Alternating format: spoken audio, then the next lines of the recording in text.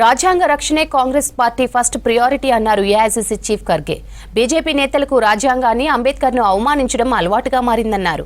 రాజ్యాంగం ప్రతి భారతీయుడి రక్షణ కవచమన్నారు ఎల్ఓపీ రాహుల్ గాంధీ. దాన్ని రక్షించడం, గౌరవించడం ప్రతి ఒక్కరి కర్తవ్యమన్నారు.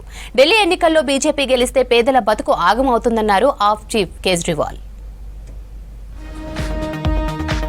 భారత రాజ్యాంగ రక్షణే కాంగ్రెస్ ప్రథమ కర్తవ్యమన్నారు ఏఐసీసీ చీఫ్ మల్లికార్జున ఖర్గే.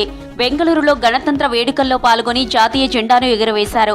భారత్ స్వాతంత్ర్యం సాధించడంలో, సొంతంగా పరిపాలనా వ్యవస్థ ఏర్పాటు చేసుకోవడంలో కాంగ్రెస్ కృషి ఎనలేనిదన్నారు. దేశంలోని ఏం చేయని బీజేపీ నేతలు రాజ్యాంగాన్ని పదే పదే అవమానిస్తున్నారని ఆందోళన వ్యక్తం చేశారు.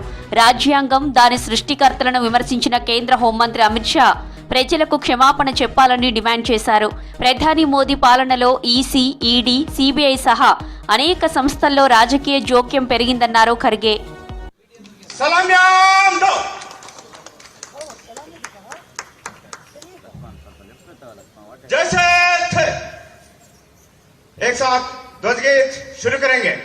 విజయీ విశ్వ తిరంగా ప్యారా.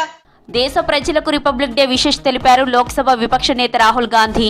ఎంతో మంది త్యాగంతో న్యాయం, స్వేచ్ఛ, సమానత్వం, సౌభ్రాతృత్వం అనే విలువలపై రాజ్యాంగం రూపొందిందన్నారు.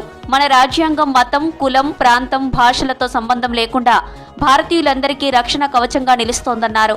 దానిని రక్షించడం, గౌరవించడం ప్రతి ఒక్కరి కర్తవ్యమన్నారు. ఈ మేరకు ఎక్స్ లో పోస్ట్ చేశారు రాహుల్.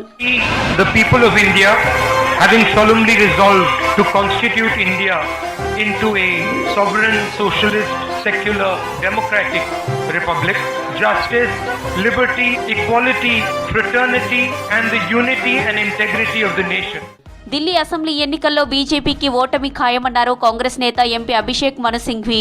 ఓటమి భయంతోనే ప్రజల మధ్య కులమత భేదాలు పెంచేలా సినిమాలు నిర్మిస్తున్నారని ఆరోపించారు. ఎన్నికల సీజన్ల కోసమే బీజేపీ లీడర్లు సినిమా దర్శకులు, నిర్మాతలుగా మారుతున్నారని విమర్శించారు.